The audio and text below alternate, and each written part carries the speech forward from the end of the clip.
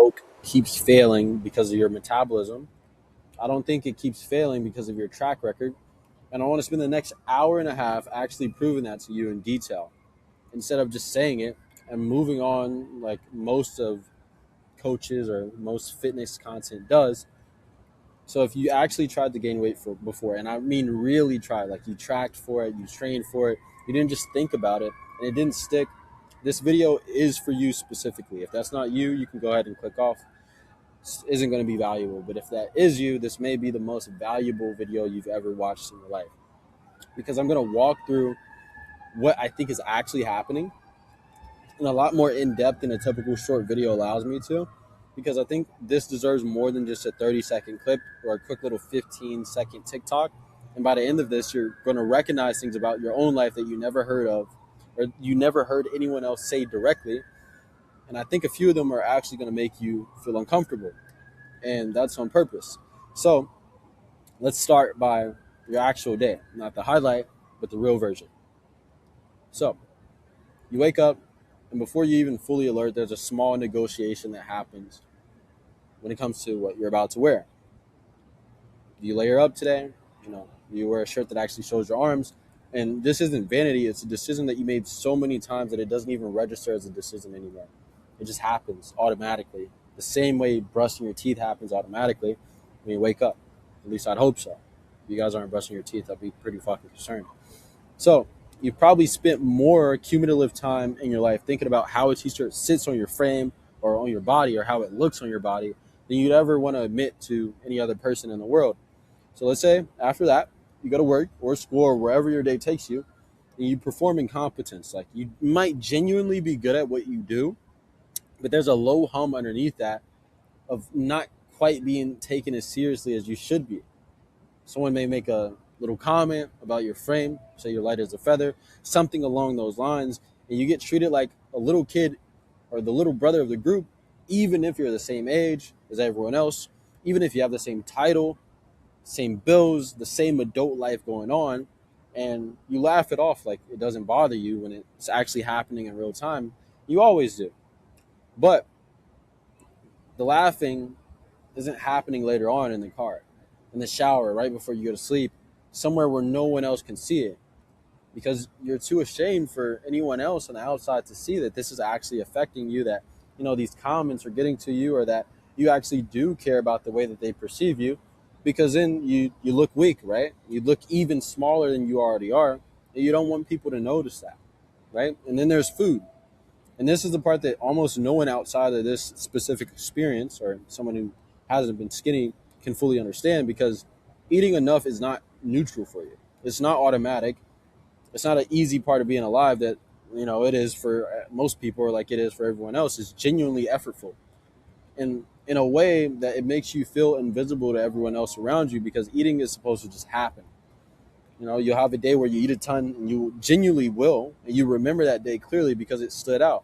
Then 3, maybe 2 days go by, whether you just got busy, you got distracted, you got stressed, and you don't really think about food at all.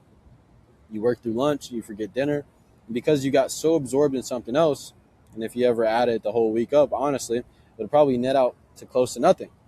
And you don't experience that inconsistently.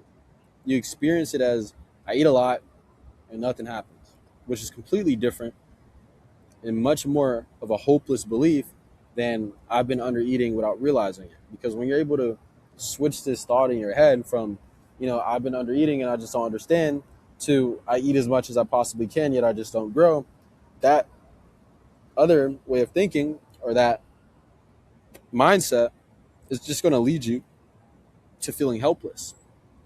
And then ultimately just rinsing and repeating that cycle. And if you go to the gym, you're often, not bad at this technically. Like, you've watched the videos, you understand progressive overload. You could probably out-explain guys who outlift you like times 10 if it really came down to a conversation about training theory. But there's a specific kind of, guardiness that shows up here that has nothing to do with the number on the bar. You take the corner rack, you wear a hoodie, even if it's warm in there. You don't ask for a spot because you're too ashamed of what you have on the bar. Because, like I said, asking for a spot means someone is actively watching you struggle with a weight that feels embarrassingly too light for you, even if no one else in the gym is thinking about that at all. And you're not lazy in the gym, you're just guarded. And those are two different things. And almost no one ever separates that. In the evening, at some point, almost every single day, you see a body that you want. It's not always fitness content on purpose. Sometimes it's just a guy at a party or some guy on an Instagram story or someone older than you, maybe your older brother, or just a shirtless photo 3 years deep into someone else's camera roll. There's a fast, almost involuntary comparison that happens in just under a second. And then you close the app and go back to whatever it is that you were doing, like nothing happened. Like nothing happened outwardly, sure, but internally, that's one more entry field into a tally that you've probably been keeping since you were 13 or 14 years old.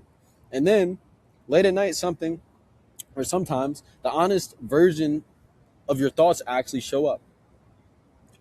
As if it says, I've been trying to fix this for years and I'm basically the same. Or maybe this is just who I am. You don't say this to anyone else because you're too ashamed. You might not even let yourself think it in a complete sentence. It just passes through, and you push it back down because sitting in it would feel too heavy to carry into your sleep, or it would feel like too much for you to actually accept, right? And if I'm describing all of this in too much detail, it's on purpose because I want you to notice something before we go any further. None of what I just said is just about training split or macros. All of it is about identity, self-perception, and a kind of quiet yet constant management of how you're being perceived. And that's the actual terrain that we're operating in. Fitness content is almost never talking about this terrain directly. It's just talking about the mirror, macros, training. But the mirror was never the whole story, right? And this is just the first part of this almost 8-part puzzle. So if you are correlating with this or you're connecting with this, you should watch until the end, because if you're able to see yourself in this very first phase, by phase 8, maybe you'd be able to get out of it. But anyway, part 2, the evidence problem. So here's where I think the real mechanism actually lives. And it's not just genetics. It's not just a metabolism that works differently than everyone else's. Every single time you started this before, I mean, really started it, tracked your food, show up to train, been locked in for a stretch, and then life happened, right? You fell off, and then you told yourself you'd restart Monday. That didn't just cost you a few weeks of physical progress. It became evidence. But evidence specifically that if you're someone who starts things, you don't finish them. And you probably don't say this to yourself directly in those exact words. It's quieter than that. It just sits in the background. And it makes the next attempt a little bit harder to fully believe in before you even start. The same way a rope phrase, a little moment, a little more each time is put under the same load. And after a while, the rope will snap. But here's what makes it so hard for you to catch yourself in. Because the cycle restarts and it disguises itself as maturity. It doesn't feel like giving up. It feels like being realistic, or a learning lesson, or deciding this is probably just isn't for you specifically. And all those 3 explanations feel like wisdom, but none of them are. They're a track record talking, and it's gotten very good at sounding reasonable. But let me walk you through exactly how this compounds, because the compounding is the part that actually does the damage. The first time you fall off your plan, it genuinely is just a bad week. No story attached. But the second time, there's a flicker of, this keeps happening. Third time, the flicker becomes a pattern you're not aware of. And awareness of a pattern in yourself is a strange thing, because it can either become the reason you finally fix it, or the actual structural problem, or it can clarify it into an identity. I'm just someone who doesn't stick to things. Most guys, without meaning to, end up at the second option, because no one ever showed them the structure fix or the structural fix. So the only available explanation left is a character explanation. And a character explanation about yourself is one of the most expensive beliefs a person can quietly accumulate, because it doesn't stay contained in the gym. Once I start things, I don't finish them. Sort of way of thinking becomes something you believe about yourself in one area of your life, but it leaks into other places you're trying to follow through to. Right? The side project, the new habit, the harder conversation you've been meaning to have. The gym doesn't become the training ground, where that belief either gets confirmed over and over, where it finally gets overturned, right? Or the gym becomes the training ground where that belief either gets confirmed over and over, or finally gets overturned, right? Butchered that a bit. But this is also why generic just be more disciplined advice doesn't work here, and actually can't work here structurally, because discipline is a resource you spend and it depletes under stress. Exactly when your real week gets hard, if the entire plan is depending on discipline holding steady through your worst weeks, you built a system that's guaranteed to eventually meet a week it can't survive. That's not a discipline failure. When it happens, that's the plan doing exactly what it was going to do, because it was never built to bend. And this is a mistake that a lot of you guys are making now, right? Part three, excuses protecting someone else. I want to go somewhere a little bit more uncomfortable now, so just brace yourself. I know it may already feel uncomfortable, but this is what you need to hear. I want you to say up front, and I'm saying this with respect because I've caught myself doing this too more than once. If part of you has been quietly telling yourself, once I fix my body, I'll finally talk to people I actually want to talk to, I'll finally speak up in a room instead of hanging back, or I'll actually go for the things that I've been sitting on, I want you to sit with a different possibility just for a minute or just for 30 seconds, even though it's uncomfortable. What if your body was never actually what was stopping you? Because being skinny is a remarkably convenient excuse. I mean, that literally, like, it's convenient in a sense that it's low cost to use, it's sympathetic, no one blames you for hanging back when you've got a visible, understandable reason sitting right there in front of them. No one's going to push you to approach someone, or speak up in a meeting or take a risk that if you've already, signaled, even just to yourself, that you're waiting until you look different first. And it's a societal acceptable reason to wait. But ask yourself honestly, without flinching away from it, would actually fixing your body fix hesitation? Or has the body just been a good enough reason for you to avoid ever finding out whether the hesitation was really about the body at all? And I'll say that again. I want you to ask yourself, without flinching away from it, would actually fixing the body fix the hesitation? Or has the body just been a good enough reason to avoid ever finding out whether the hesitation was really ever about the body at all? And I'm not saying this to just make you feel bad about it. Almost everyone does some version of this with some excuse or the other. It's a very human, very understandable way of protecting yourself from a scarier possibility, which is the real issue might be less visible. Which is that the real issue might be less visible, less easy to point out, and it may require something other than a physical change to actually address. And I'm saying this because I think it's one of the most important things no one in the industry is willing to say out loud, because it's easier to sell you a body transformation than it is to tell you, right? That the body might not be the whole transformation you actually need. I could easily get on here and say, yeah, you just need 20 more pounds of muscle, or you need to lose 20 pounds, just giving an example. Obviously, you guys aren't aiming to lose weight if you're still watching this. So I can sell all this, oh yeah, physique. But what if that's not everything that you need? And here's the thing that convinced me that this matters, because the guys who actually change, not just physically, but in the way that they carry themselves, aren't the ones who waited for their body to arrive first, then let the confidence flow automatically. They're the ones who at some point found out that the confidence was never waiting on the body in the first place. Once they saw that clearly, they stopped waiting for permission and just started acting like the version of themselves that they wanted to be, with the body still very much progressing, unfinished and imperfect. But then the body caught up later because of that. And it wasn't the trigger, it was just a byproduct of what they chose to become in that moment before it was even their reality. All right? And here is the last belief that I want to walk you through. And I genuinely think it's one of the deepest one of all the four that I've gone through so far. And I hope you guys are following along, and I hope this makes sense. There's a version of you that you've been waiting to become that's more confident, that's more sure of himself, that actually takes up space in a room instead of quietly apologizing for existing in it. And there's somewhere along the way, probably so like gradually you never consciously decided, you concluded that guy showed up after the body changes, after you finally look the way that you think you're supposed to look, whatever that standard is for you in your mind, because it could be different for everyone else. So until then, some part of you has been treating who you are right now, today, this version of you watching this or reading this right now, like it doesn't fully count yet.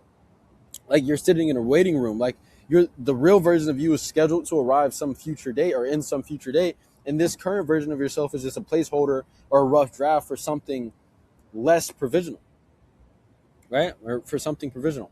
I want I want to be very direct about the problem with that belief, because there is one in between version of you that's just you right now, making a decision, a real decision, repeated every single day, often without noticing or even making it a big deal, to act like he's a bit smaller than what you actually are. While you wait for permission, or for a permission slip that no one is ever going to hand out to you. No one is coming to formally notify you that you're allowed to act in a way that is aligned with the confident version of yourself. That notification doesn't exist. It's never going to arrive in the mail. It's either start now in the body that you currently have, or be in a waiting room and become a permanent fucking resident in said waiting room. Because being in this room is going to stop you from actually becoming a version of yourself that you want to be, because you constantly tell yourself that you don't deserve it. And I'm getting closer to the end of this. I know it's a lot, but the fifth part of this is why fixing any one of these alone doesn't work. Because I understand a lot of you guys just aim to fix one thing, fix this, fix that, and just think it's supposed to magically change. But I want to explain something structurally now, because this is the part that actually determines whether any of what I just said turns into real change, or it just becomes another thing that you nod along to and then forget about tomorrow. These four things. 1, the metabolism myth, the evidence problem, the excuse, and the prohibitory self. Right? These aren't four separate issues. You can just pick off one at a time. They're wired together, and here's exactly how. First, the identity piece, the prohibitory self, the excuse keeps you half committed to anything you try, not just in the gym, anything that you try, because some part of you is still operating as though the real effort doesn't start until the real you shows up. And that half commitment means even a well-designed plan never gets a fair test, because you're not fully into it. You're testing it in the way you test something that you don't quite believe that will work, which is a very different experience than if you were to fully commit to something that you actually believed in. Then separately, if you plan it yourself, the plan itself, it has no floor. If it only works on your best days, like a single rough week can turn into a full restart. And a full restart doesn't just cause physical progress, it directly feeds into the evidence problem, reconfirming the belief that you're someone who doesn't finish what he starts. And that reconfirmation loop straight back into the identity piece deepens the sense of the real you still hasn't arrived yet. And here's more proof that he hasn't. And underneath both of those, if you are not actually tracking anything and you're relying on memory instead of data, you have no defense against your own highlight reel recall, and you can't see the small real wins that would start to chip away at that evidence problem, because you're not measuring anything precisely enough to notice them. Then you're flying blind on top of everything else, which means even when things are quietly working and you often can't tell, and the identity work never gets the small proof points that it needs to actually shift, right? That's the reason just eat more and lift has never worked for you long term, because it's not just about you're incapable or you're uniquely broken. It's because that evidence treated, or that advice treats this as one problem, when it's not just one problem, when it's actually three problems reinforcing each other into one loop. You need to fix the plan without touching the identity, and then a rigid mind will sabotage a good plan. Like, that's the trap that you're going to consistently fall into. So if you fix the identity without touching the plan, a plan with no floor will still snap under a normal bad week, and then hand the identity work right back its ammunition, add tracking without fixing, and then the other two, you're generating a spreadsheet full of evidence for a story that isn't true yet, instead of evidence for one that is, right? And when I say that isn't true yet, like evidence that you can be the version of yourself that you want to be now, right? But without fixing that, you're constantly going to be looping in data that is proving the opposite. So, part 6, what an actual fix looks like in practical terms. So, let me get concrete about what fixing this actually looks like, because I don't want to leave you just purely, conceptual. On the identity side, the actual practice is simple to describe and hard to do, because it's very unfamiliar. You need to start acting like the person who follows through before you feel like them, in small, repeatable ways. I know that sounds crazy. right? Not a dramatic personality overhaul, small things. Asking for a spot even though you feel exposed, taking your hoodie off, speaking a half second sooner in a conversation than your instincts tell you to. Each one of those tiny pieces of new evidence deposited on purpose are going to be working directly against that old track record instead of feeding it. So on the plan side of things, the fix is building a floor, not just a ceiling. The ceiling tells you what a perfect day looks like. A floor tells you what a survivable day looks like, or your worst day looks like. Because the minimum version of training and eating that still counts as a real win when the weeks go sideways, which it will inevitably, because that's just simply the way that real weeks go. Like, it's unrealistic to act like that's not going to happen. That's just what they do, right? And your body, for what it's worth, doesn't grade you on your best 4 days. It responds to your 7 day average, compounding week after week. Because a plan that only works when everything goes right was never a plan at all, right? It was a best case scenario wearing a plan's clothing. It's literally what it is. It's like, oh yeah, my plan is to jump off of this building and fly. Yeah, okay. Best case scenario, I grow fucking wings. Worst case scenario, there's nothing.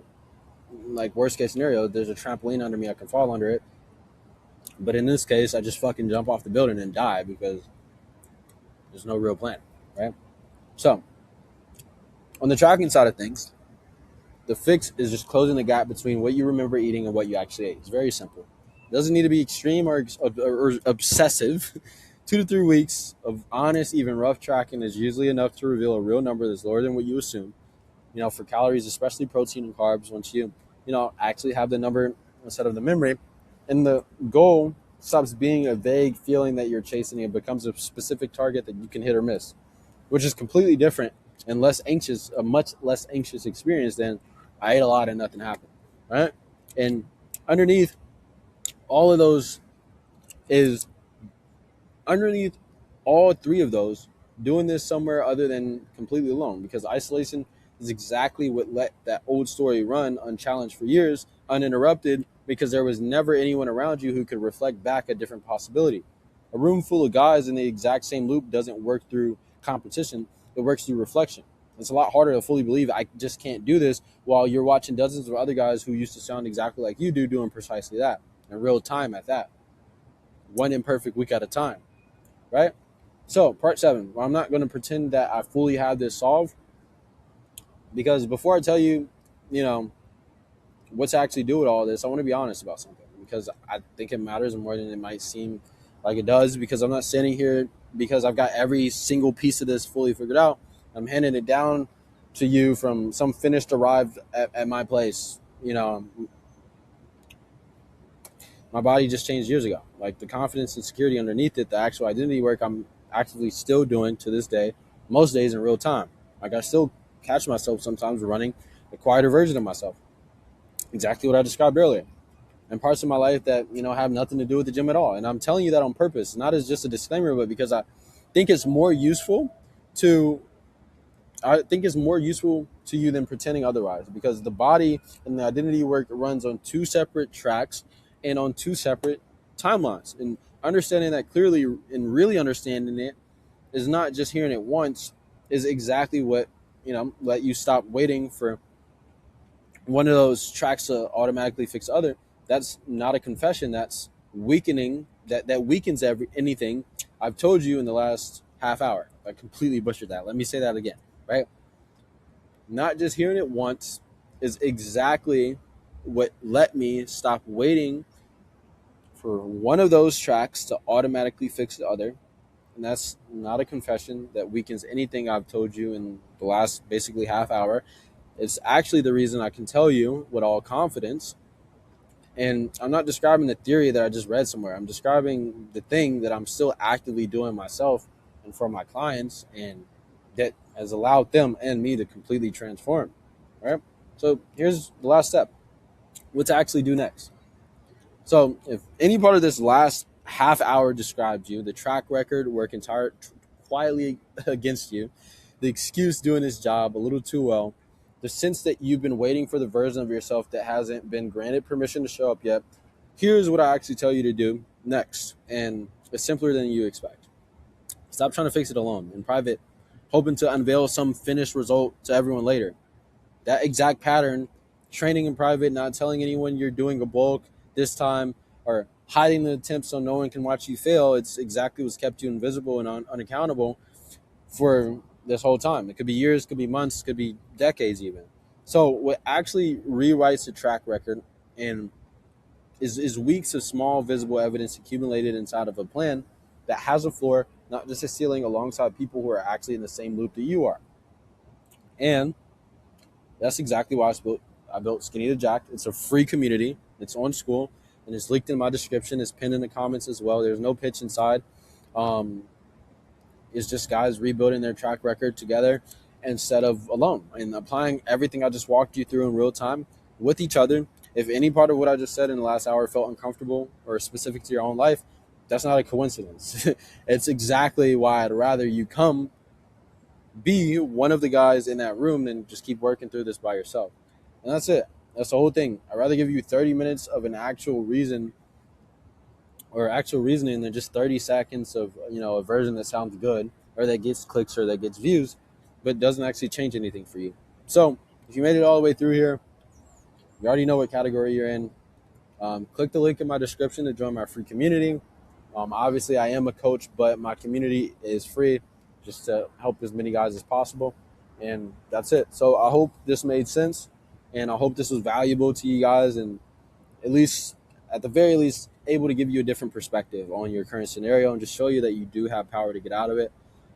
So I love you guys. I'll see you in the next one. Peace.